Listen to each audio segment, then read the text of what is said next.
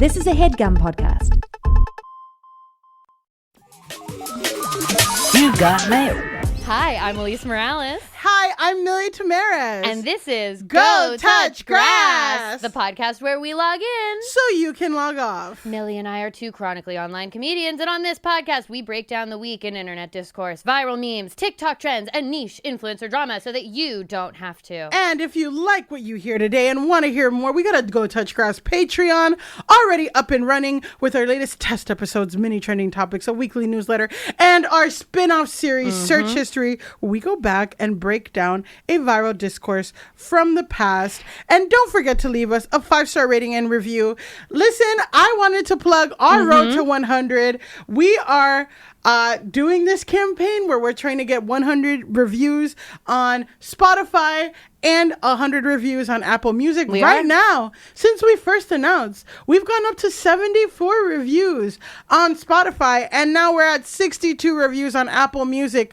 Again, when we hit 100 on each, we will do this special video episode for you that will be free on our Patreon for everybody. So please like, share, subscribe, leave us a 5-star review. Absolutely. Hey, if you've left us a 5-star review on Spotify, leave us one on Apple Music. Yeah. If you've left us one on Apple Music, leave us one on Spotify. Because once we get to the end of the road to 100, we've got a really fun special thing. We've got a really fun special thing planned. And you know, the Grass Nation contains multitudes. Exactly. And you can exist on both, and we believe in you. Exactly. That was beautiful. That was beautiful, Milly. Thank and you. it's just us this week, which is very exciting. No guest. It's very exciting. I mean, we love our guests. We love our guests. But it's also nice to do a little kiki, just the two of us. Just the two of us, and you know, so we can go a little longer. I've heard a lot of feedback about the pillow discourse that I shared about the guy with the pillow. Yeah. And I need everyone to know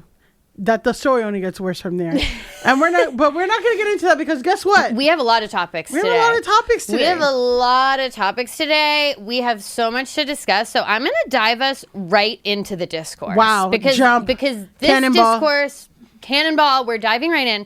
This discourse is so deep. Yeah. And it is so nuanced. We are talking about the cuts.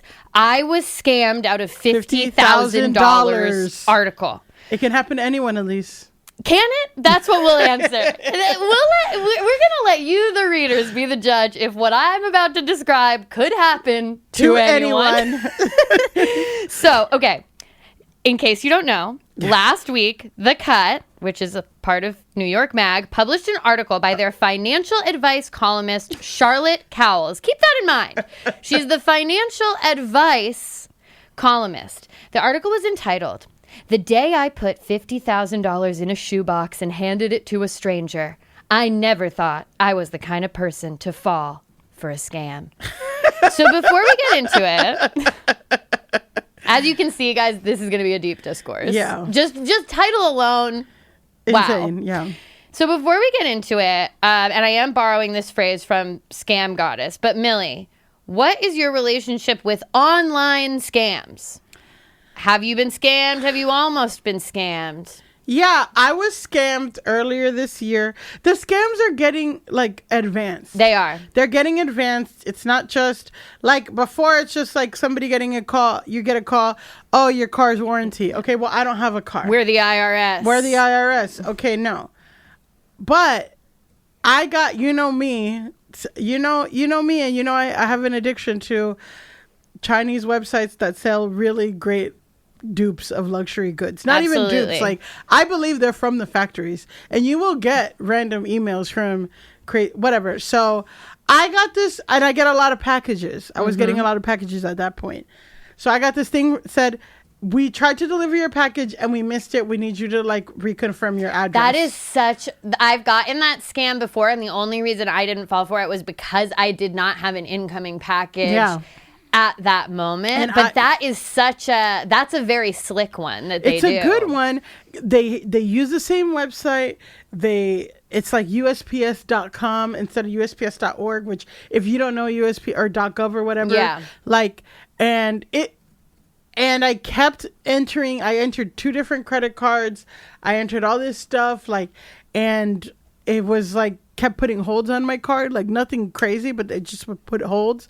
And then I called USP, but then the only way that I found out was when I actually called USPS, and they're like, it's a scam. A lot of people are falling into it. Like, I'm so sorry. You're going to have to cancel all your cards. Or and get a new card for all of them. So, did they get any money from you? Or? There was like $1 holds and so nothing big. So not $50,000 cash in a shoebox? No. I came very close to falling for a similar one recently because I got a text from my bank that looked just like text that you get from your bank. And it said something that was like, did you just try to withdraw like $2,000 or something?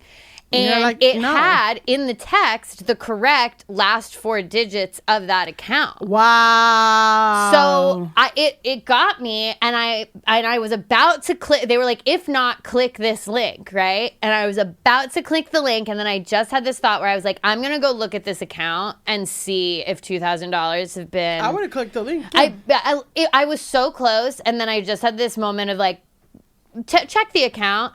And when I checked it, there was like literally nothing wrong with it. It would have been overdrafted. Let me tell you, it's a checking. It would have been overdrafted. It would have been a big problem if someone tried to withdraw $2,000 from that account.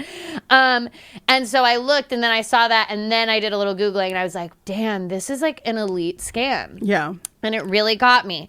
So I do think that, scammers are out here. Yeah, and they are getting good. They are getting advanced. They can like spoof numbers. Yeah. They can do a lot of technology there. So there is an argument to be made for that anyone can fall victim of a scam. Anyone. And also like there's a really good podcast. Again, I love the podcast. This is Uncomfortable. And they talk about like a lot of people get scammed on dating sites. Like that's also like a whole other thing too. Like not just catfish, but like catfishing and getting your money too. So again, it's a very sympathetic, empathetic thing. It can happen to anyone. Scamming. But can it happen to anyone in the way that I am about to describe? So Millie, I'm going to go through the story as it was told in the cut.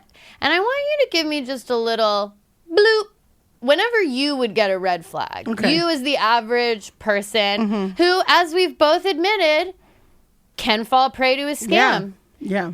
Like, just give me a bloop. Okay. So the story begins this past Halloween. Cals receives a call from... Halloween bloop. That's a spooky day. That's a spooky day. Yeah, there are tricks. Yeah. People are tricking you on that day. You have to... It could be anybody. No one's who they say they are on Halloween. Exactly. Okay. So she gets a call from Amazon, from an Amazon customer service agent. Okay. This person on the phone tells her that there was unusual activity with her Amazon account and asks if she purchased $8,000 worth of MacBooks and iPads. So Cals is like, no. But she looks at her account history. She doesn't see any of those purchases. She looks at her bank statement. Her bank statement looks fine, kind of similar to how I did with my scam. Everything appears to be okay with her accounts. But the customer service agent tells her that according to her records, there are actually 2 Amazon business accounts that are in her name. And this customer service agent, who said her name was Krista, explains that like this is common fraud that's been happening on Amazon, that Amazon's dealing with a lot of identity theft and false accounts, and that they are working with a liaison at the FTC.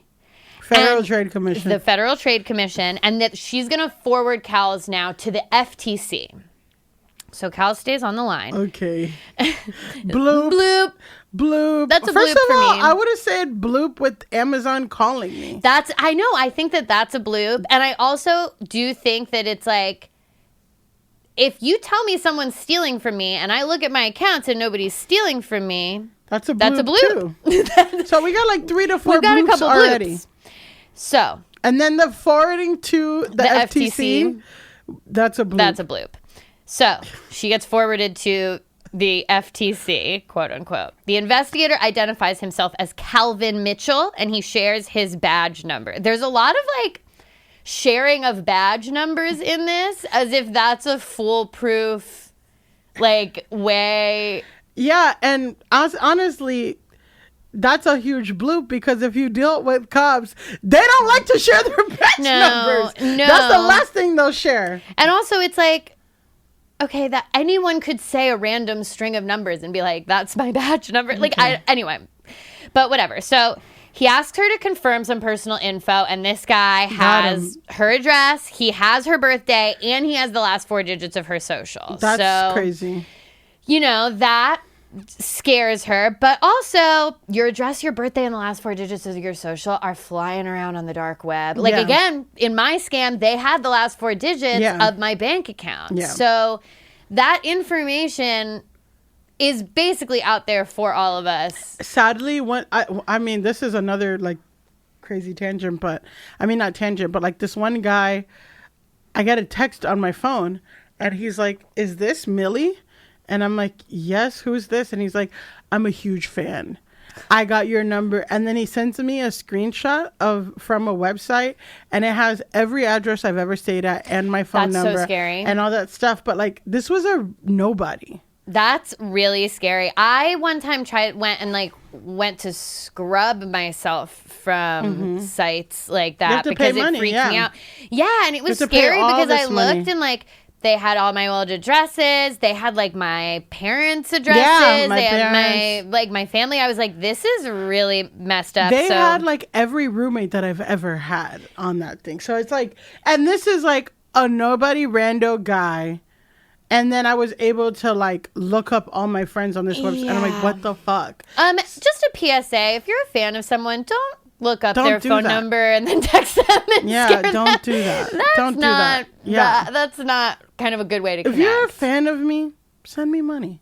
Yeah, exactly. Look up Milly's Venmo. Yeah, my Venmo is pretty public. That's Milly's very public with her Venmo information. And send her a little Venmo. Say, hey, I'm a fan. Yeah, that's I'll accept. That I think anyone would accept. But phone number, no. Okay. So she got spooked. The guy gave her a badge number. The guy gives her a badge number. He tells her all this information about herself.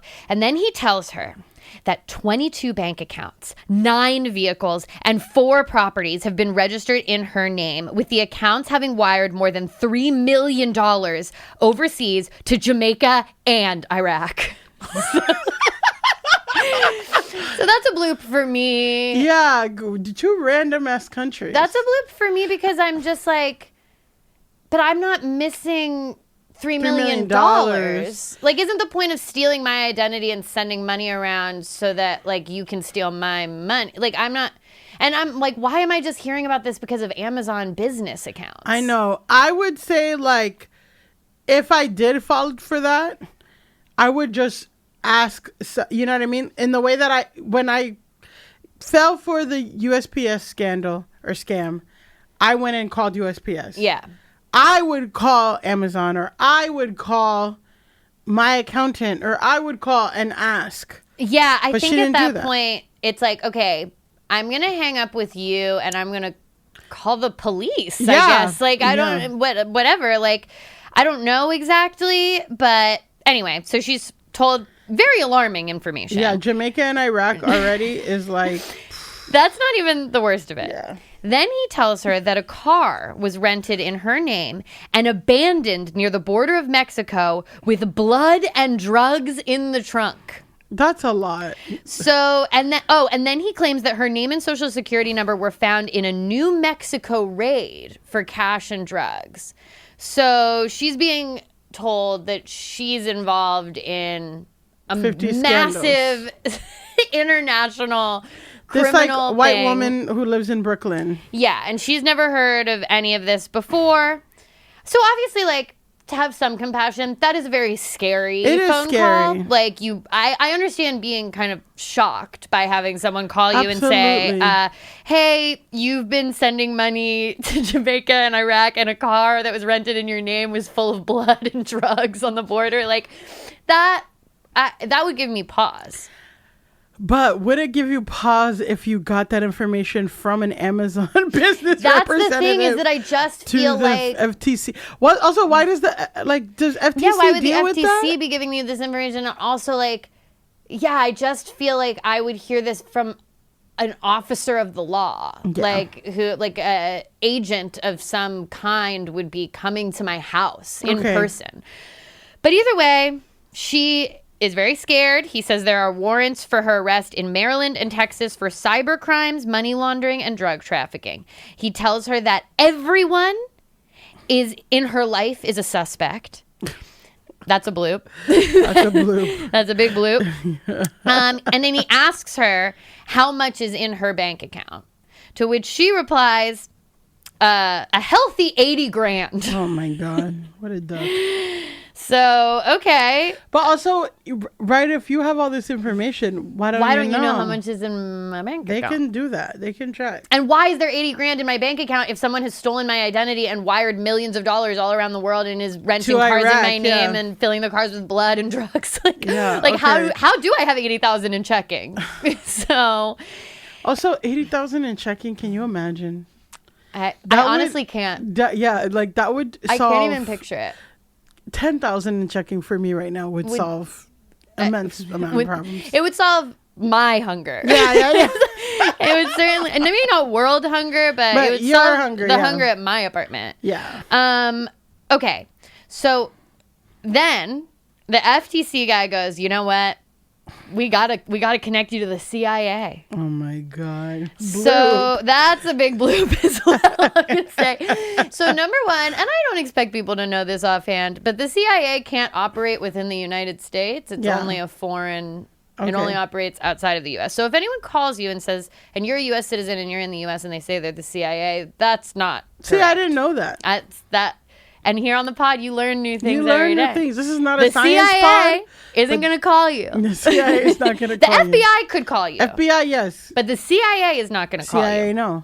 But the CIA calls her. Okay. And she is transferred to an agent named Michael Serrano, who also provides a badge number. So she's just getting phone calls by people who are like, hey, this is Michael. And then they're just giving her a random string of numbers. And she's like, okay. God. It's got to be legit. Like, he said a bunch of numbers. Like, how do they live with themselves? Oh, I mean, that's the biggest question. Yeah, and they're doing it to old people. It's just fucked up. Yeah, I actually do know I feel bad. A family friend who was a victim of a scam kind of similar to this, and that it was like very intense, and the person on the phone was like convincing him that like his family was in danger. But the reason that scam worked is because he suffered a traumatic brain injury, and like his mental faculties are not the same as they were from before, and they were able to scam like 10 grand from him, and it's like the saddest story ever. And it's just, again, I hope 10 grand was worth your fucking soul. No, dude. These people have no like, that's the thing is like, it is. They just really do prey on like the stupid. Well, not your friend, but like stupid people, vulnerable people. The thing is, it's like they make, because how many scam calls do you get a day now? Also, like it's actually crazy, and I don't answer my phone. No, I can't. I remember I saw a thing recently that was like Gen Z doesn't answer their phone, and I'm like, because every phone call is a scam. Yeah, it's like some guy yelling at you saying you're going to be arrested. We found a car full of blood that's got your name on it. Like, it's because they make hundreds of phone calls a day hoping to find one person, and they all leave voicemails. Yeah. And they're hoping to find one person who is, like an elderly person, someone who maybe for whatever reason their mental faculties, like paranoid, my family friend, they don't have it all together. They're trying to find a vulnerable person who will fall for this. Or just somebody who doesn't know. Or maybe someone who's a financial advisor for a major publication. Either way. Okay, so the CIA calls. The CIA. She's on the phone with the CIA. So she started on the phone with Amazon. Yeah. Then she went on the phone with the FTC. Now she's on the phone with the CIA. And the CIA. At this point, she gets a bloop. She gets a little suspicious. So she asks him. Thank God. She does ask him to prove that he's from the CIA. And so here's a quote from the article. "I completely understand," he said calmly. "He told me to go to the FTC homepage and look up the main phone number.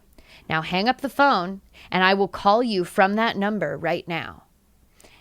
I did as he said. The FTC number flashed on my screen, and I picked up. How do I know you're not spoofing this? I asked. It's a government number, he said, almost indignant. It cannot be spoofed. Okay, well, then I'll call it. Yeah, exactly. So then let me call you, right? Because that has to be the answer. But basically, she says, like, they have that interaction, and then he just keeps plowing ahead with it, which is probably their tactic. Is like anytime someone has questions, you kind of answer, and then you keep plowing ahead with the information. So she says that, like, she doesn't have time to even, like, Google if that's true, that you can't spoof a government number, which I guess it's not. And that seems crazy and like something we should maybe address. But there's a lot on the to-do list for the government right now. So I don't know if they're going to get to that, but it would be good to add to the list. Yeah. So then the CIA agent says, like, okay, so this is also another major bloop. The CIA agent tells her, you can't tell anyone about this. You can't even tell your husband, because if you tell your husband, then he's going to be implicated. And we actually are protecting him by not telling him that any of this is going on. And he can be roped into the investigation. Anyone you tell can be roped into the investigation. And also, if you talk to an attorney, I can't help you anymore. And it's like, that to me, that is my immediate hang up, because there is no crime it's actually the opposite, that you are always entitled to an attorney. Yeah. So even if you did nothing wrong, if you talk to police, you have, like, if you say I want a lawyer. Yeah, and that's not allowed to be, like, held against you as something suspicious. Everyone is entitled to representation. So I'm getting for a this headache. For this person to say, if you talk to an attorney, we can't help you anymore, it's like, oh, you're a scammer. But that didn't bloop for her. He says the matter was urgent and that the CIA needs to freeze all of her bank accounts to protect her, and that she needs to go to the bank immediately and pull out what she thinks she would need for daily expenses for a year. So he says, what do you think you would need to support yourself? And she says, probably $50K. And he goes, amazing. Go to your bank and pull out $50K in cash. Keep me on speakerphone the whole time. She does this. She goes to her bank. She pulls out $50,000 in cash. She has kind of another moment of doubt as she's heading home with the box full of $50,000 in cash. But Michael, he sends her his badge number again. He says, I told you my random string of numbers. You've heard the random string of numbers. And he said, I don't tell anyone else. You can trust me. I will help you. Or you can hang up and put yourself and your family in danger. Do you really want to take that risk with a young child? So that's for $50,000. I will. I mean, like, again, what do you mean I can't talk to an attorney? Yeah, no, that's crazy. That's the biggest thing for me. So then Michael then tells her to put the $50,000 in a box, to tape the box shut, and take a picture of it, and that his colleague is going to be there soon to pick up the box from her. I'm sorry, but if I was her husband, I'd divorce her. Very rarely am I on a man's side. Yeah, but if I don't want to speculate. I would imagine that there's couples counseling happening. I think we're going to get a really good Esther Perel episode pretty soon. Oh my God, Doug. Not even. Like, what?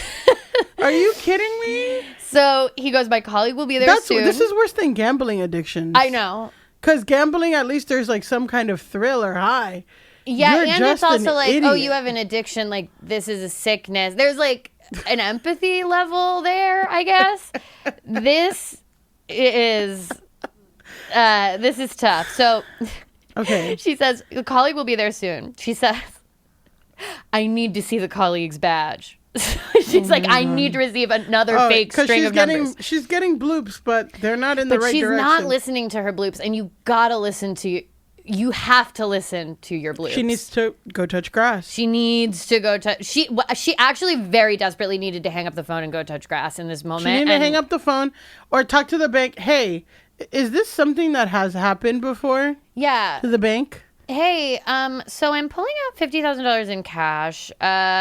Do you think that that's a good idea? Like, as my bank, let me just give you a little bit of information and you tell me if you think this is a good idea. She does say that, like, the bank teller seemed pretty skeptical of why she was doing that. Yeah. Yeah. I imagine being the bank teller and like seeing this lady who's, again, just like a rich Brooklyn white lady who's like probably looks completely panic stricken. She's on speakerphone with the CIA. And she's like, I need $50,000 cash. And I think the bank teller was probably like, I don't got time to this today. And I don't make enough. I don't make enough money to tell this lady she's not on the phone with the CIA. Oh my God. So he goes, he's undercover. He doesn't have a badge. Oh my God. And she's like, of course. So then she meets this man out in front of her house. He pulls up in an SUV. He's wearing a baseball cap. She puts a shoebox full of $50,000 in the back of his SUV. Did she even take a picture of the license plate? No. No. She puts $50K in cash in the back of an SUV. She then gets a picture from Michael of a treasury check for $50K that they're supposedly going to send her. Michael goes, you did great. I'll call you tomorrow. Hangs up. Calls. She takes her kid trick-or-treating, comes back, and it all hits her, and she's like, fuck. Oh, fuck. I just put $50K in cash in a random SUV driven by a guy in a baseball cap, and I don't think Michael was a CIA agent at all. She has been scammed. Millie? Now, don't Millie me. What can I say? It's time for me to ask you the question. Could this happen to you? Do you think this could happen to anyone? No. No. No, and this blew up on the internet and everyone was making fun of her. And it was sad but also hilarious. So here's the thing about the response. So like you said, it blows up online. There are some people who are like, who buy into the framing of the article, which is the framing of the article is very like, it could happen to anyone. Look at me. She spends a lot of time saying like, I'm smart, I'm educated, I'm the financial advice columnist. Here's one quote like, how could I have been such easy prey? Scam victims tend to be single, lonely, and economically insecure with low financial literacy. But I am none of those things. I'm closer to the opposite. I'm a journalist who had a weekly column in the business section of the New York Times. I've written a personal finance column for this magazine for the past 7 years. I interview money experts all the time and take their advice seriously. I'm married and talk to my friends, family, and colleagues every day. So the article is very much this like, how could it happen to me situation?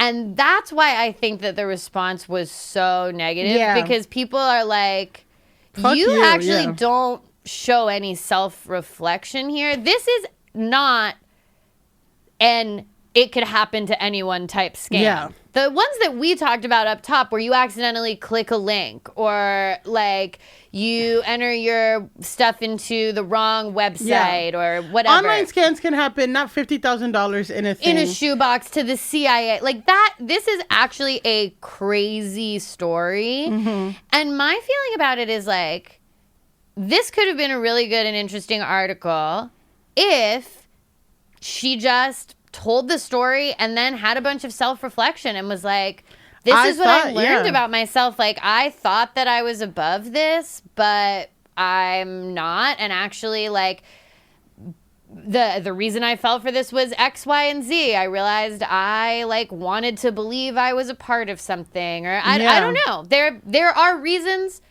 why this person fell for this that are unique to that person. Yeah. And she doesn't really explore any of that. She just wants to say, like, I'm a genius with a husband and money, and it's crazy that like, if it could happen to me, it could happen to anyone. And it's like, no, there are some unique factors to you that made it so that you put $50,000 in a shoebox in the back of an SUV.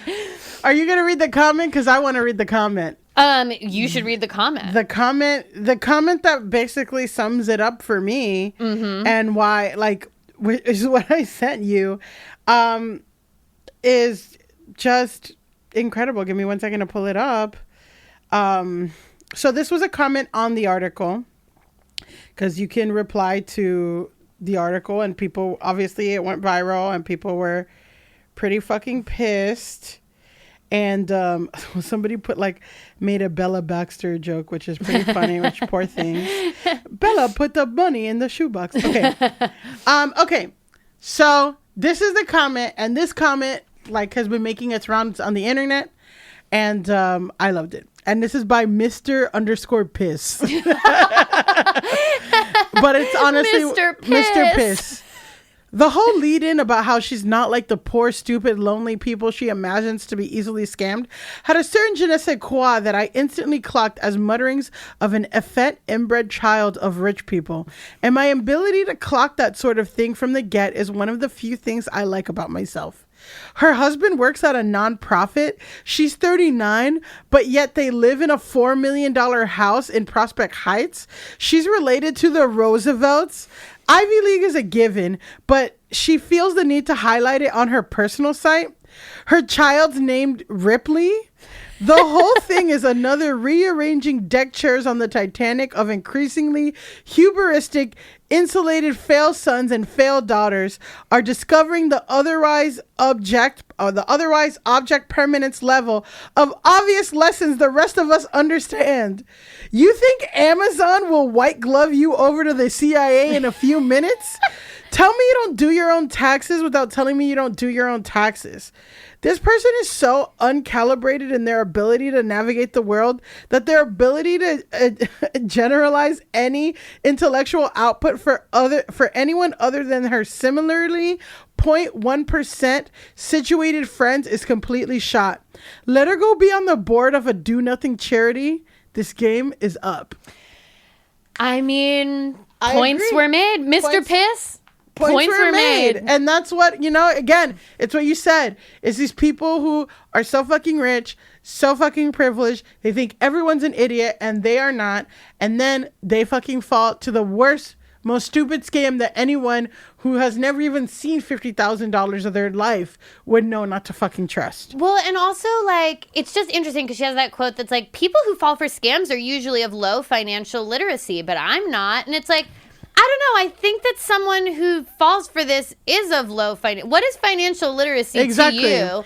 If not that you don't know that Amazon isn't going to pass you to the FTC, that they're going to pass you to the CIA, that the CIA isn't going to tell you can't contact a lawyer, that the CIA isn't going to ask you to give them $50,000 in cash. The CIA doesn't care about $50,000. Yeah, why would the CIA to say?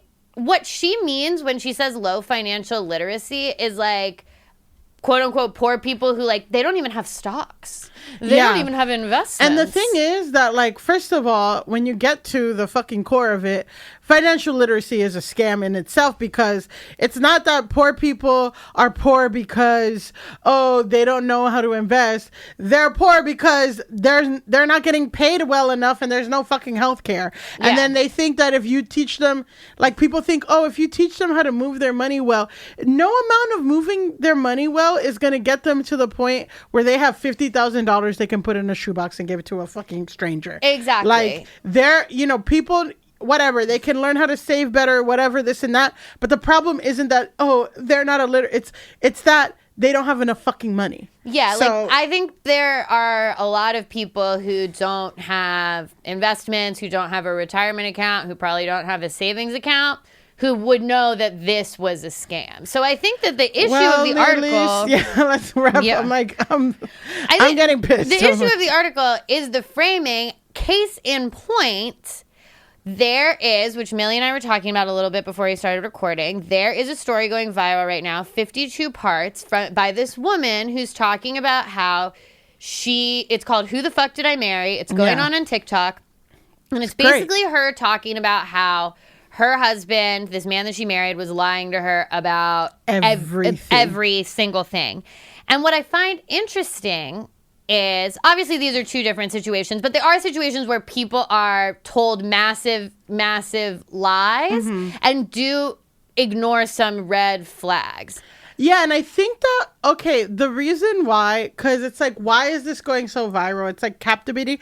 And in her storytelling, she's honest. And she's look, I'm going to tell the truth, even if it makes me look bad, even if it makes me look stupid. She's like, this next part, I know it's stupid. Or this next part, I know I'm going to sound like a fucking idiot. Or, you know, and honestly, there was a really, really honest part where this woman's like pretty religious. And she's like, you know, I knew this guy had some red flags, but I ignored them because I was tired of waiting. I wanted to start my life. I wanted to be married. I wanted to have kids. And I ignored all the signs. And like, I was tired, you know, I thought God, you know, I was tired of waiting on like trying to find the right guy. And I thought this was it. And I just jumped into it really fast. And that you can have more compassion for than like someone like, I would never. And everyone else who falls for something is stupid, instead of being like, no, you know what? I reflected and I realized that like, I was impatient and I did like a lot, whatever, and this and that. And it took me a long time to wrap my head, because really, again, it's 52 parts. I'm on part 33, which is crazy. And she's just getting to like where she kicked him out the house. Yeah. So I read a summary of it. I did not watch all the parts, but I watched her last part, and she talks a lot about the stuff that you are talking about. There's a level of self-reflection to the story where she goes into what is missing from this cut piece. And she says, like, this is what is unique to me and what was going on within me and in my own life that made me ignore these red flags, that made me vulnerable to this person who now, obviously looking back and telling the story, this is a crazy story. He was lying. Like, I should have been able to see it. But like you said, she says, you know, I wanted to be chosen. I wanted to be that girl who has the husband that's going to fly her to London, that's going to buy her the car, that's going to buy her the house. And I let myself be kind of like dazzled and swept up by that. And she has a level of honesty about why that is. And she's not saying like, my husband lied to me and it could happen to anyone. She's saying, this is a really crazy thing that happened to me, and here's why I think it happened to me. And I want to help people so it doesn't happen to you. Yeah, and like, I want to tell my story for whatever small subset of people like this could end up happening to. It doesn't have this air of like, well, if I, an Ivy League financial analyst, could be tricked, then that means all of you rubes reading this are you probably have a $50,000 in a shoebox right now. Dumbass. Like, so, and I thought it was really interesting that within the same week there are two stories about people being like the victims of kind of the elaborate set of lies, but they're received so differently. And I think it's the framing. It's the framing. Yeah. You got to be honest and transparent and empathetic to yourself and also to other people. Yeah. And like, if the Cut wants to do an article about scams and how anyone can be scammed, that's an interesting article. Yeah. It's not this story. This is not. And this lady like can't. Her credibility is completely fucked. Yeah, I do wonder. She was scammed twice. Yeah. She was scammed by this, but then also scammed into making this fucking article that made her look so stupid and illegitimate. I will never take financial advice from this woman. Yeah, it'll be really interesting to see if she's like able to continue writing about financial articles. And Michael or her husband needs to get a divorce. Like, this is crazy. Yeah. Again, there's some very intense couples counseling sessions happening. I would be pissed if I found out that if Danny sent $50,000 in a shoebox, I would say you have $50,000. No, I feel like he might not live. I mean, he wouldn't be living at our apartment. Well, yeah, exactly. Yeah. He would be living elsewhere, certainly. Well, yeah, back to last week again. He'd be on the floor of a futon. Yeah, with a futon on the floor. Yeah, I'd say I'm taking the bed frame. I'm taking the mattress. Everything. You can go back to go back to that railroad apartment in Greenpoint. Oh, Jesus! Enjoy it. Well, doesn't have its own door. Your roommate has to walk through to get through the kitchen. Jesus Christ. Oh my God. All right. So that was the discourse for today. Wow. And what a discourse it was. I feel heavy in my spirit. And I was about to say you're going to be lifted. You're actually only getting heavier because we're debuting a new segment today. Yes. Guys, as we said before, we are on the road to 100 reviews. And we recently got a 5-star review. Yeah. You know that we love our 5-star reviewers. We love 5-star reviews. We love our 5-star reviewers. This review was from Mimi Jeff. We love Mimi Jeff. Mimi Jeff, we love you. Wherever you are, we love you.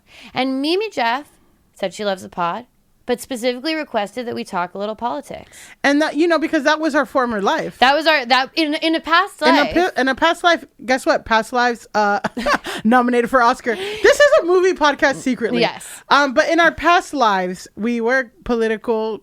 We were political analysts. Yeah, in the way that this woman was a financial analyst. Listen, we are more political analysts in the way that this woman is a financial analyst. Yeah, exactly. So people miss that, and they want that. They said, we love the BBL content.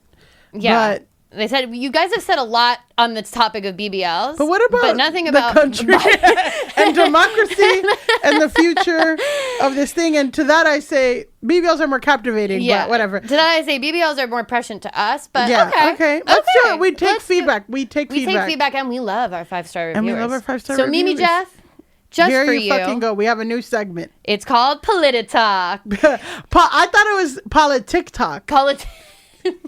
We're finding things out on I thought Polititok, but Polititok. Polititok. We might change it again. Yeah, let us know. Listen, we're in a feedback loop. Mimi Jeff. We gotta hear from Mimi Jeff. Yeah, Mimi Jeff. What do you think of what we should call this next segment? Polititok. Alise said news dump too. That's another one, but we'll see. Either way, this is a part of the show where we're going to talk a little bit about politics. Yeah. Specifically today, we're going to talk politics and internet. Politics, how it intersects with social media and the internet, which is often a lot. So last week, Joe Biden's campaign joined TikTok after saying for a long time that it wouldn't due to security concerns. If you're a government official, you can't even have TikTok on your phone.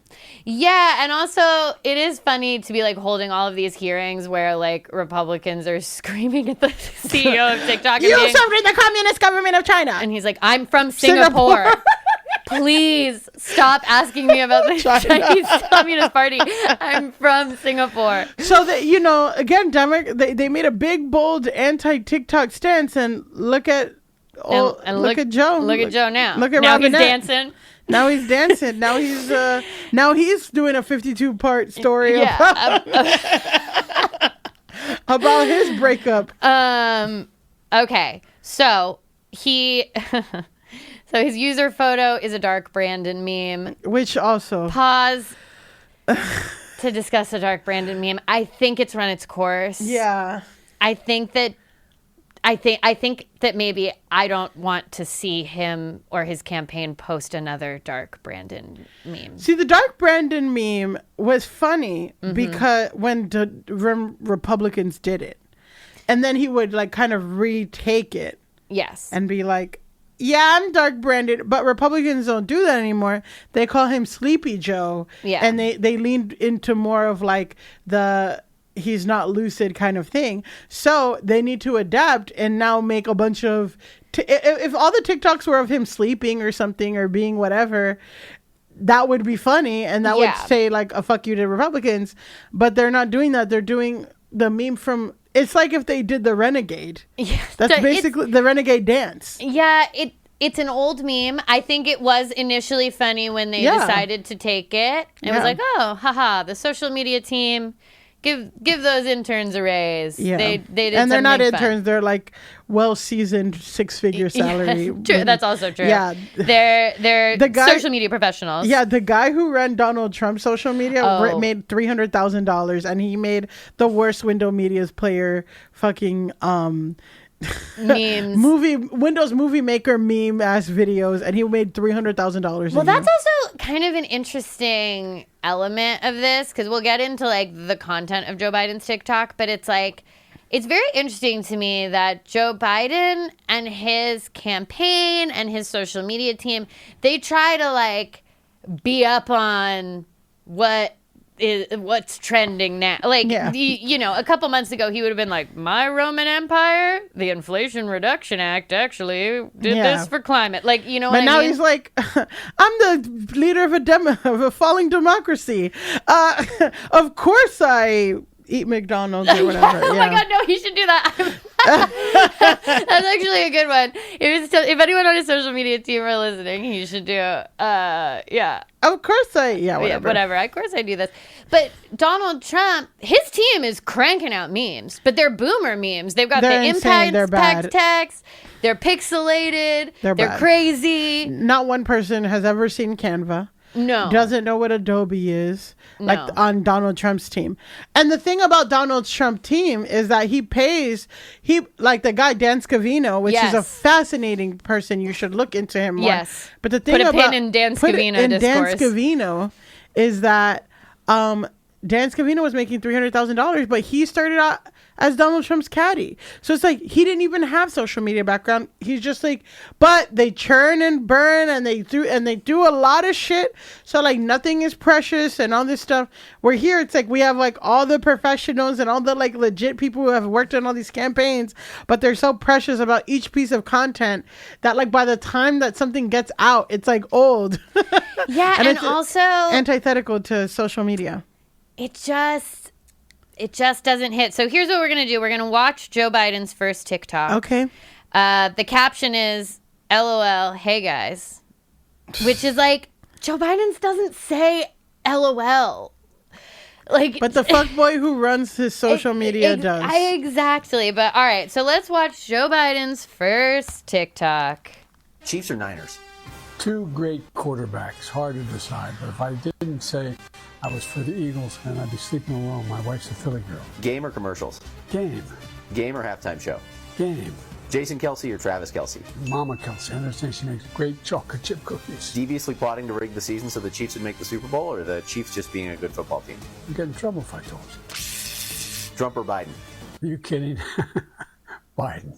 Okay, that was cute. Like that wasn't really cringe, and it was funny, and it had its own things. I would say it doesn't change the vibe that he's low energy and extremely old. The Dark Brandon meme did appear again. I didn't hate it. I didn't hate it because it was related to something that was actively happening in that moment, which was the conspiracy that the Chiefs were going to win, and then Travis Kelsey was going to propose to Taylor Swift, and then she was going to endorse Joe Biden on which the is field. Like, she's not going to do anything that's going to move any political needle. No, well, as I've said to you privately, I don't think she would do that unless they keep poking her the bear. Because Taylor Swift's only motivation. I'm going to say this, Swifties, know that I'm flying to Warsaw to see the Eras Tour this summer. Warsaw, baby. I'm flying to Warsaw, Poland to see the Eras Tour. But I'm going to say this. Taylor Swift's number one motivating belief is that anyone who is mean to her is wrong and will feel her wrath. And so if Republicans want her to actually endorse Joe Biden, they should keep fucking with her. They should keep talking shit. Yeah. Because that's the only way that she's actually going to do that. Yeah. Otherwise, she would just maybe do another Instagram post where she said vote. A week before the election when, like, voter registration is closed. But, it is just so funny to me because I'm like, the one person who would do this for petty reasons is the one person that they are messing with. And that's my take on Taylor Swift. Okay. So since posting his first TikTok, he's posted like 15 times. So this is like a week ago. Some of them are like clips of Trump looking dumb. There's some clips of people like AOC making the case for him. He did a stitch with Jimmy Fallon. He did an image carousel on Valentine's Day with a post that said, I love you as much as Trump loves banning abortion. You know, they're out here trying. Why is he doing this? Joe Biden's doing really, really bad with young voters. Yeah, I wonder if it has anything to do with any of his policies. I don't think that it's because he wasn't on TikTok. Can you imagine? Yeah, they're like, well, now that he's on TikTok, I gotta look at this guy. One poll from last December said that less than half of people aged 18 to 29 plan to vote, which is terrible. Really, really bad. He's super unpopular among young people. Economically, he's super unpopular among young people because of Gaza and what's happening in the Middle East. He's unpopular because of his age, which has only gotten worse after this special counsel report dropped last week that basically it was like part of the whole classified documents thing. And the special counsel who looked into the classified documents that Biden had at his house was like, yeah, we're not going to prosecute this, but the reason we're not doing it is because he kind of seems like just like an old man with memory problems, and he couldn't remember a bunch of stuff, and he couldn't remember when he was vice president, and he couldn't remember the year his son died, and like it was not good. So that's why he posted a picture of him playing football with his two sons of like, like he's trying to fight these battles. It's really bad. But meanwhile, Donald Trump, not on TikTok, right? Donald Trump still just as bad as he's ever been. Yeah. His resume is only getting darker. I feel like his tans got worse. You know what? I honestly have to say I have stopped looking at images of him. That's fair, but the tans got worse. I believe the tans got worse. I believe you. He's only 4 years younger than Biden. Like they would have been in high school. They would have been in the same high school. But and again, like I said, his campaign makes memes, but they don't try to go for like youthful memes. No. They make like boomer memes in impact font where like the image of Trump is like face tuned so that he like he looks young hot, and like he has a six pack and stuff. They like repost that one guy who does like crazy paintings of him, and like it's just very interesting to me that the Trump campaign seems not concerned with chasing the youth vote in this way at all. Well, the thing is, they were never going to get it. Even if they did do cool content, the policies are never appealing to young people. The disappointing thing about the Biden campaign and like the Democrat campaign is that it can be, you know, like reproductive rights and things that they are doing, like infrastructure, they know climate change exists and all this stuff. It can, but it's not radical or interesting enough, or it's too milquetoast to get the attention and to get the motivation for people to do anything different, especially the Gaza stuff. Where he's like, I'll never endorse a ceasefire. Like, yeah, you're not going to be popular. It doesn't matter how many memes you do. You're just not going to be popular with youth. Also, there's something to me that's just like him posting stuff again, like the caption being like, LOL, hey guys. It's like, we know that's not Joe Biden. And obviously we know that he's not posting to his own social media. Yeah. But there are some candidates where like you can have a willing suspension of disbelief. Like, you know, Obama is the famous example of like the first person to leverage social media to like to help his campaign. And even Obama's social media now, which obviously he's in a different position because he's not running for anything and he's not president, but his social media now feels authentic to who we like know him to be. You think he's listening to Phoebe Bridgers? I don't know. Because every year he has his like top 10 list. thing, and the list is like, I don't know how the list becomes compiled, but it, again, willing suspension of disbelief. I could see a world where Obama stays on top of kind of the top of cool new music. Yeah. Him having a book list makes sense. He always posts like here's one thing, call me a neoliberal shill as much as you want. If he posts something cute about him and Michelle, that's getting a like from me. Yeah, that's getting a like from Pandalise. Listen. We don't need to reinvent the wheel. Okay, post your hot son, Joe Biden. Post Jill.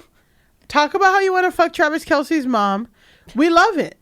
We love it. My thing is, you don't have to say hello, LOL, hey guys. Like, yeah, and like putting them and like doing memes. It's like, we just know that that's not you at all. We know for a fact that like you don't really grasp how this stuff works, and so it feels so inauthentic that it becomes cringy and honestly makes him look older to me, which is kind of the opposite of what they want. The Steve Buscemi meme of how do you do fellow kids? How do you do fellow kids? It's very how do you do fellow kids, and I'm just like, he can be on TikTok. I think that's probably smart for him to have a presence on TikTok and to sometimes make videos or whatever. But again, for things to be being captioned like LMAO, yeah, I'm like, that's not. Yeah. This is an 81-year-old man. Yeah. I know we don't want to highlight that he's 81, but I feel like it actually highlights that he's 81 more when you're posting LOL, hey guys. Yeah. Because Joe Biden has never said LOL. I don't know. Do you think he texts LOL? I feel like he might text LOL.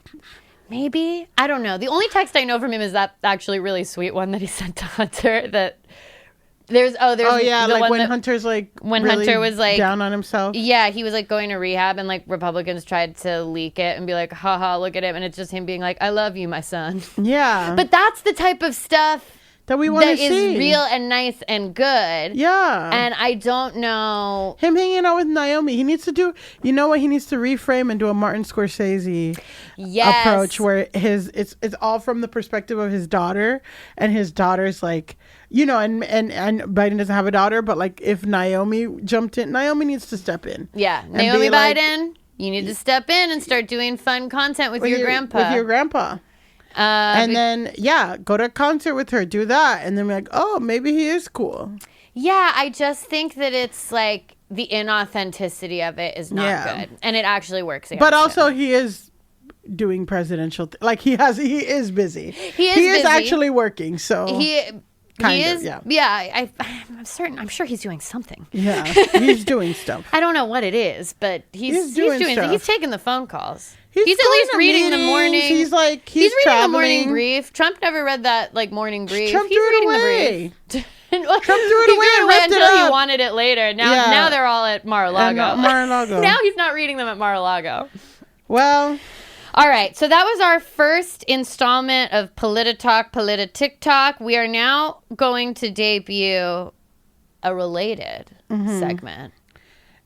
On the free feed. The free feed, because we've debuted this on the Patreon. This segment is called What the Musk. And this is where we talk about and kind of check in on what the hell is going on with Twitter overlord Elon Musk. So this is going to be a short and sweet segment today, but we do need to check in. Yeah, and speaking of Joe Biden. Joe Biden factors heavily. This is kind of like a subsection of Polititok. Because Joe Biden Joe Biden features heavily in this story. So basically, Business Insider posted an excerpt from a new book by Zoe Schiffer called Extremely Hardcore, which gives a play-by-play of Elon Musk's takeover of Twitter. The excerpt came out this week, and it describes blowback. Basically, it describes how Elon Musk last year, for last Super Bowl, he tweeted, "Go Eagles." Yeah. Classic sentiment. Yeah, because I feel like cool people like the Eagles. But that tweet didn't get as much attention as Joe Biden's tweet. Well, that also said "Go Eagles," but it was like also there was more to it. He was like, "My wife Jill is a Philly girl." He's like from Delaware and all this shit. Yeah. Like they are Eagles fans. He's also the president of the United States, and naturally, and like is hated a lot. Less than Elon Musk is. So Elon Musk got so mad that his tweet did not do as well as Joe Biden's tweet that he deleted the tweet, flew immediately from the Super Bowl to Twitter HQ, where he allegedly told developers to change the algorithm to prioritize his tweets. So the next day, Schiffer, the woman who wrote the book, she wakes up and she notices, as one does, especially if you're a tech reporter, that her entire feed is just like Elon Musk saying stuff about Dogecoin, all of his replies, blah, blah, blah. So she tweets, is everyone else's entire For You page Elon replies? And she gets a text from an unknown number saying that they're a Twitter employee and they have details to share if she's interested. So she says... She's interested. Yeah, she's interested. But she does say this. This is a quote. In a past life, the message would have made me ecstatic, but I'd grown wary since reporting on Elon Musk. Nearly every time I published a story about the CEO, my messages flooded with angry dispatches from his fans. It wasn't hard to imagine that one might try to trick me, trying to pose as a possible source. So... she verifies the identity and basically gets this story that Elon Musk was mad about the engagement. He fired an engineer over it and has basically been making all the engineers work round the clock to boost this post. She gets forwarded a document titled All Hands on Deck that is dedicated to figuring out why Joe Biden's tweet did better than Elon Musk's tweet, which is so crazy. She publishes the story. A couple days go by, then Elon basically freaks out. He's like, your source was a disgruntled employee who'd been on PTO for months. They already accepted a job at Google. We're going to take legal action against them. Shiver knows that that's not true and that the source was a current, like she had verified that they were a current employee. And basically, like, the rest of the story, you can read it. It's in Business Insider. It details kind of her back and forth with Musk, his supporters. There's also, like, this other whistleblower that the Washington Post reported on that's involved. But it ends with the quote, in some ways, my story had already played right into his hands, making him the main character of the day. First, Twitter had been full of Musk tweets. Then it was full of tweets complaining that there were too many Musk tweets. Then my reporting explaining what had happened just drew attention back to him. And I think that's really interesting because at the end of the day, I feel like he just bought Twitter so that he could be the king of Twitter. This is what he wanted, and that's why she wrote the whole book, is because, like, what happens when billionaires buy products that we use all the time and try to make it ours. And also, it's kind of like the Donald Trump kind of thing, a prophecy, where it's like, you better be careful what you wish for, because you want to be at the center of attention. You get good attention and bad attention. And Donald Trump, you want to be president, that means people are going to be looking into your shit. Yeah. And now the only way, even though you fucking did not want to be president, you hated being president, you hated the actual work, you hated being an elected official. Yes. He liked being president. But he wanted to be the most famous person in the world, and he got that. He got that, but most people do not fucking like him. Yeah. And now we're all looking into his shit and all his bank accounts. He doesn't get to hang out with celebrities anymore. He doesn't get to hang out with celebrities. He's always, E.J. Carroll, $83 million. New York, like $350 million. Yeah. Like, he's fucked. And the only way out of it is that he's become president again or he's going to jail. Yeah. And it just is so funny that it's like parallel to Elon Musk. And then also parallel to our first story where it's like, this girl wasn't sure if it was a scam, so she verified it. And that's something that our friend Charlotte at The Cut could do. Yeah. Is to just verify it from a different source, because you are a fucking journalist. Yeah. Exactly. So what the Musk indeed. And it's like, you want to be main character. Main character means everyone's talking shit about you. Yeah, main character means everybody notices what you're up to, and main character means you don't get to just like fuck around on here anymore. Yeah. Well, is it time? It's time. Mariah Carey. Mariah Carey. Wow, that sounded just like her. It didn't. No, Millie, that was really good. Thank you so much. Thank you so much. I remember one time I saw something for for Hamilton, and I was like they were looking for rappers and they wanted like improv people, and someone sent me. I'm like, oh, maybe I'll show up. My friend was like, do not go. Do not go try to be in Hamilton. Do not go. Do not listen. You're no. Ariana DeBose. Okay. Ariana DeBose comes from Hamilton. Okay. Almost 1 year ago when she did her iconic role. Angela Bassett. Angela Bassett did the thing. It did the thing. Listen, we're going to wrap up our show. Mm-hmm. And right now it's time for Grasshole of the Week. And this is our segment where we tell someone kindly or unkindly to go outside and touch grass. Mm-hmm. And this week's Grasshole was hard because we always have a few candidates. And it was very closely going to be Benny Hanna, the man who at 54 years old left his family to become a break dancer, and now who's feuding with his daughter on TikTok. Yes. And Elon Musk replied to that. Elon Musk is involved, being like, you rock, Benny Hanna. And like all the deadbeat dads are chiming in. But alas. And all of them verified, because all of them paid for Twitter. For Twitter. Including Elon Musk, who paid for Twitter the most.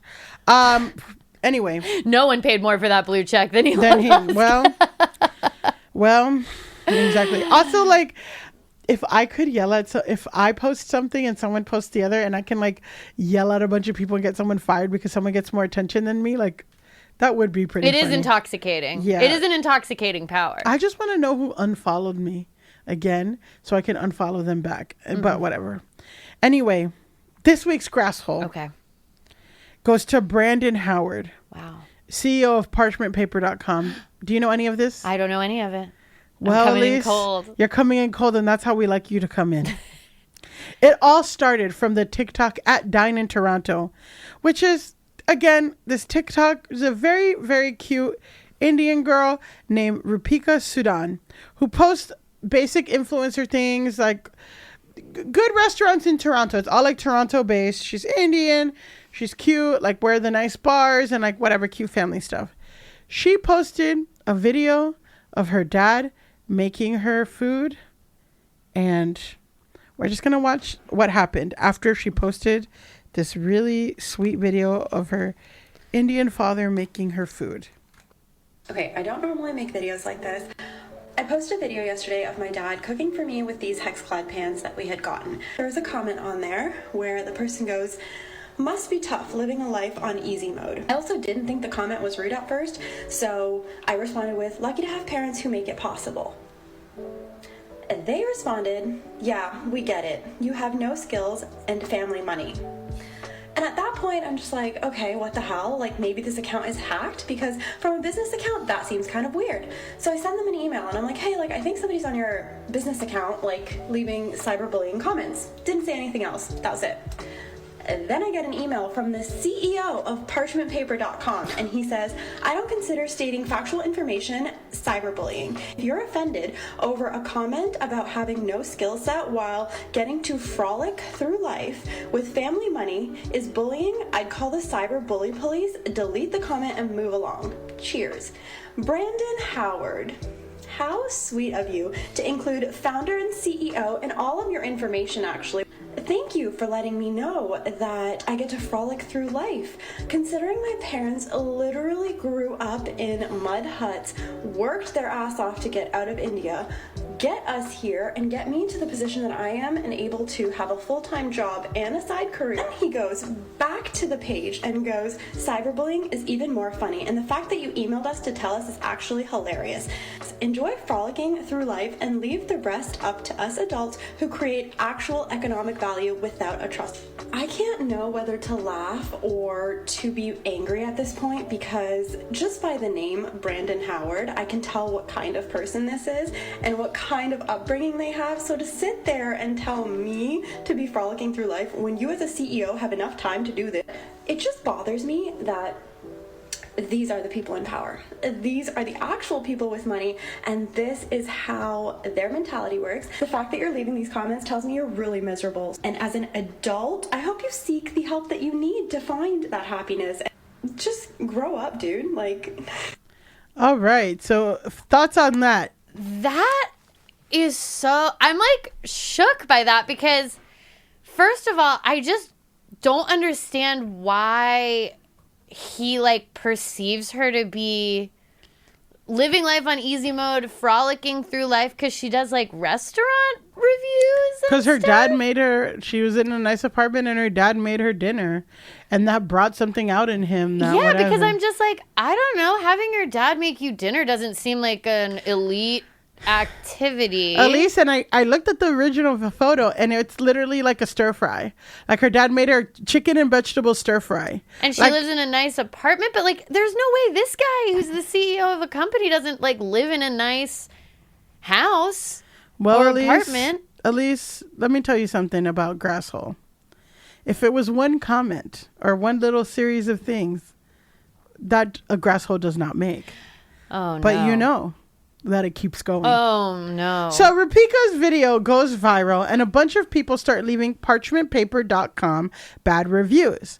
Rupika then goes on TikTok and says death threats are not okay, but that she got a legal notice from parchmentpaper.com that says that they're worried about the safety of their employees, and if she doesn't remove the defamatory things she posted on TikTok, they will take legal action. It's not defamation to just say show a real email and a real, like, you were making public comments, you replied with your information. That's not defamation. If you're worried about the safety of your employees, don't comment from your company account and reply. Alise, that's exactly what she said. It's not defamation. And also that the email came from info@parchmentpaper.com, but the email was signed legal department at parchmentpaper.com, and they forgot the dot. So there was a there was a typo in that. So she posted and said, you guys forgot the typo. And then a day later, she posted another video that says he emailed her again and said it was copy and pasted legal doc and that he forgot to fill out the template. So in it says, you need to stop, insert legal information, like insert contact information here. And he also issued her a cease and desist. Yes, he spelled cease, S-E-I-Z-E, and not cease and desist. A cease and desist! Which is C-A... C-E-A-S-E. Cease and desist is really funny. Cease and That's desist. a good improv team name. Cease and desist. Exactly. Then a day later, he fixed the typos. So he sent another email. This is the third day. And he fixed the typos. And then it was signed rocketlawyer.com. I'm sorry. This is so crazy. Is he the only employee of parchmentpaper.com? I don't know. But then CEO, legal, email. Like, it just seems like he's the only person running day-to-day operations and also any operations at parchmentpaper.com. So then Rupika calls Rocket Lawyer and they're like, because she's like, she's never heard of the company. I think we know it's like it's a website you can go and get templates. Yeah. She's never heard of it. So she calls, she's like, somebody's called, like, and then they're like, this is probably a scam. So, wow. So then you always got to call. Somebody, she doesn't know who, but somebody uses her work email and signs her up for porn sites and Scientology newsletters. But I'm sorry. So Rupika was able to trace the IP address from those accounts and where they were made from. And it was, of course, California, or Laguna Beach, California, specifically, where Brandon Howard's email and where Brandon Howard is from. Wow. So there you go. And there's more, but I bring up that she's Indian because it does add some context of, like, Brandon Howard's a white man who's from Laguna Beach, California. That's where I went to college. Like, Aliso Viejo is near Laguna Beach. And it's a lot of, like, crazy conservative white people who are like, whatever. I mean, clearly he saw a video of a very innocuous situation and it really brought out in him this feeling of, like, this woman does not deserve to be in a nice apartment with her nice dad. And you have to ask yourself why he believes that. He would be, because he made an enormous amount of assumptions about her. Like, you frolic through life, you're in a trust fund. It's like, you don't bring any value to the world. That's the thing that gets me. But parchmentpaper.com is bringing that much economic value to the world. Like, she's promoting small businesses, at least, by, like, going around to bars and, like, reviewing them and stuff. Like, what the fuck is parchmentpaper.com? Well, Alise, he also has another company called blacklabelpaper.com, and he has been responding to hate comments from that. So he looped in his second thing, and I'm just going to read. He posted this Instagram story that says, The Office makes you think that paper people are cool. And but they're all crazy. That they're all low-key. Nope. And it turns out the paper people are crazy. Nuts. So this is what he posted. All you fucking losers need to stop messaging about a fake TikTok account made by Dine and Toronto and her dumbass minions because her fragile little ego couldn't handle a couple of smart ass comments on IG about skill set and money. I never had that commie bullshit app TikTok in my entire life. And then there's that guy who... I'm sorry, this is posted from his other company? I know, so he looped in his second company. He's an idiot.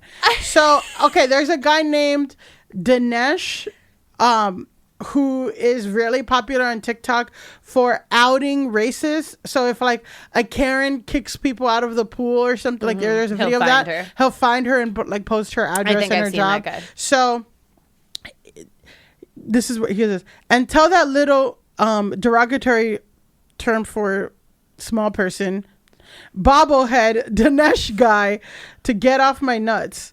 Fucking losers, I swear. It's been 2 weeks almost, and I still have to deal with this childish bullshit. She's too immature to settle this privately. I'm not going to let some woke hate mob ruin my reputation because they live in some mystical fairyland of make-believe, and because they think they have 20,000 followers, they're doing something in life.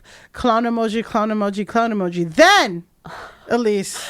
I am shaken to my core Yes. by this man's behavior.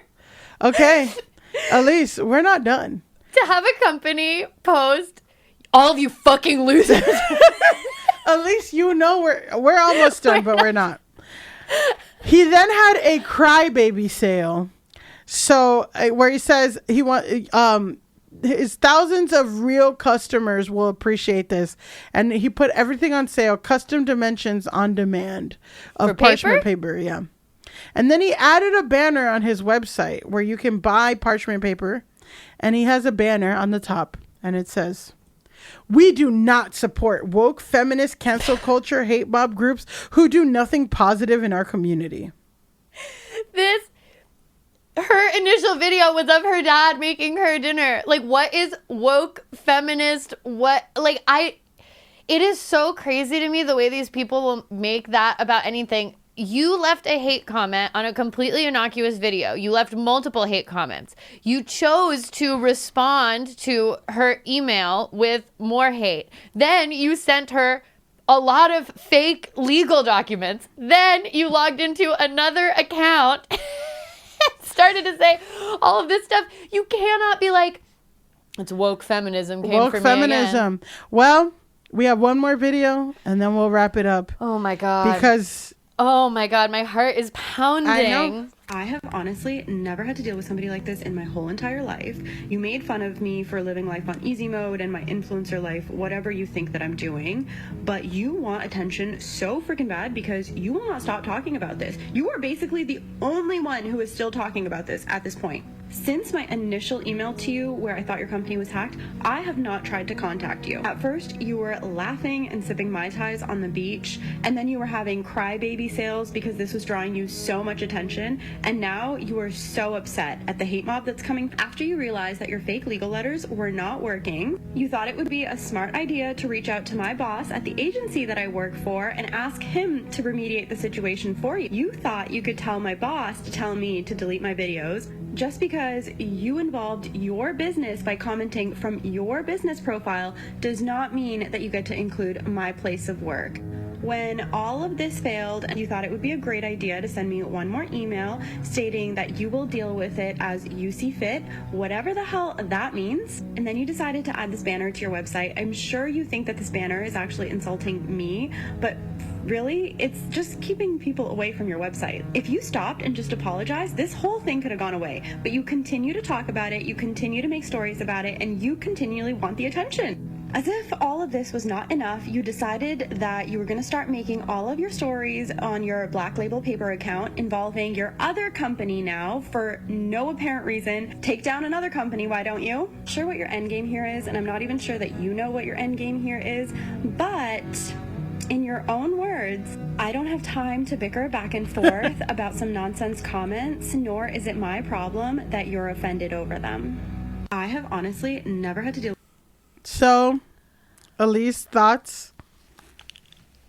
It's an astounding series of events. Yeah. Because he could have stopped at any time. Mm-hmm.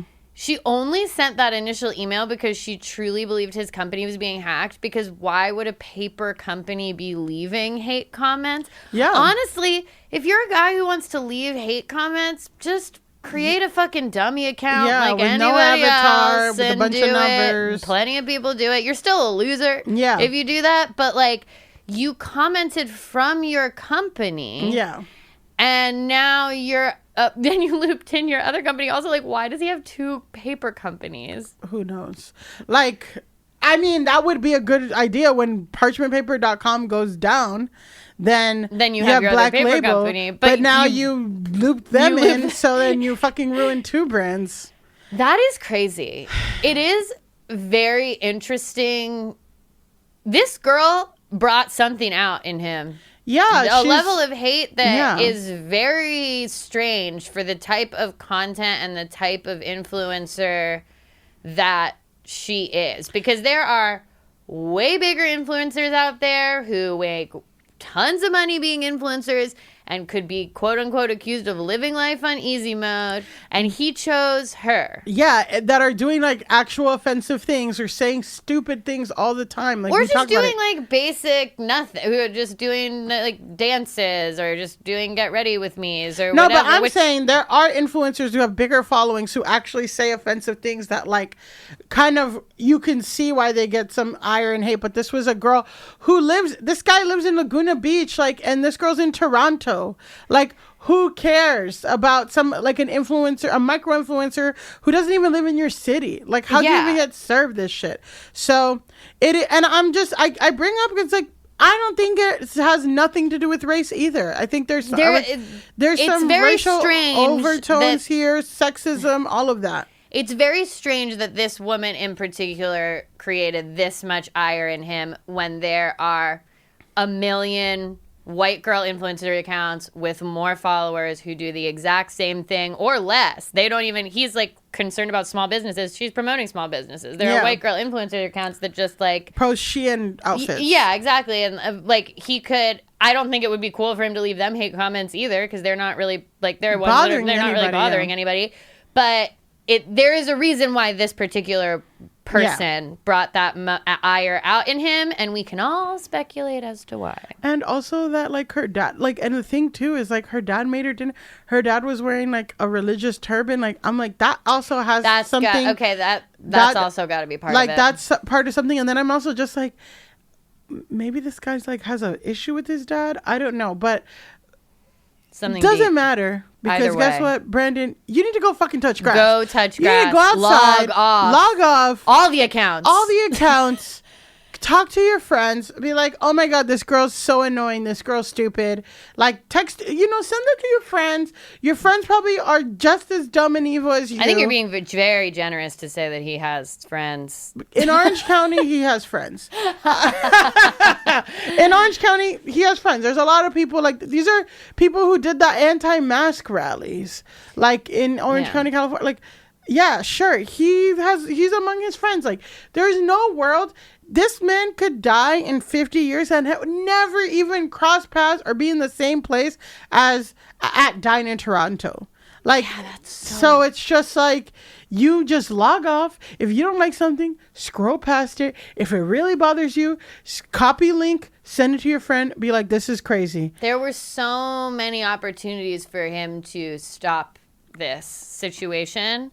And instead he sent a cease and desist. I mean, there you go. Well, listen to your bloops, people. Listen to your bloops. That is the moral of this episode, is you gotta listen to your bloops. And we are animals. Human beings are animals, and we have gut like instincts. Mm-hmm. And those are our bloops. And our bloops are saying, if the bloop is telling you to fucking log off, log off. Yeah, bloop, you're being scammed. Bloop, log off. Bloop, this guy's a loser. Yeah. Bloop, this guy might be a pathological bloop, liar. your husband might be a pathological liar. Well, that's the end of the episode. Guys, this has been another episode of Go Touch Grass. You can follow us on all platforms at Go Touch Grass Pod. You can follow me on Instagram at Pandalise and on TikTok at Alise Navidad. You can follow me on Instagram at Milly_Tamaris and at TikTok at Milly_Tamaris, or on Twitter, which sadly I still am, and I'm having a great time. And her tweets are being suppressed. My tweets are being suppressed. I know they are. They are. But you can follow me on Twitter at Milly Tamaris. There's still some fun. Listen, when the cut article came out, Twitter was fun again. Twitter was fun. So that's the thing, is that he as much as Elon has destroyed Twitter, it's still a place where discourse is discoursing. So that's why I'm there. And we're there at Go Touch Grass Pod, like we said. And don't forget to, if you want more, like, we have a Patreon. We do have a Patreon. Our last episode was about Shrimp Guy. Our last episode was a search history about Shrimp Guy, which was a lot. It was a guy who found shrimp in his cinnamon toast crunch. Did he? We don't know. We gotta listen to the Patreon. Gotta listen to the Patreon. We are on the road to 100. Yes.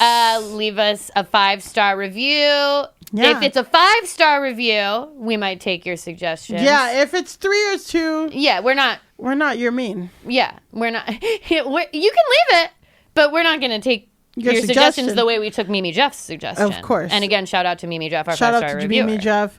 All right, everyone, that was it. Remember, Go touch grass. That was a HeadGum podcast. Hi, I'm Caleb Heron, host of the So True podcast, now on HeadGum. Every week, me and my guests get into it, and we get down to what's really going on. I ask them what's so true to them, how they got to where they are in life, a bunch of other questions, and we also may or may not test their general trivia knowledge, whether it's one of my sworn enemies like Brittany Broski or Drew Wallow, or my actual biological mother, Kelly. My guests and I are just after the truth, and if we find it, great, and if not, no worries. So subscribe to So True on Spotify, Apple Podcasts, Pocket Casts, or wherever you get your podcasts, and watch video episodes on the So True with Caleb Heron YouTube channel. New episodes drop every Thursday. Love ya.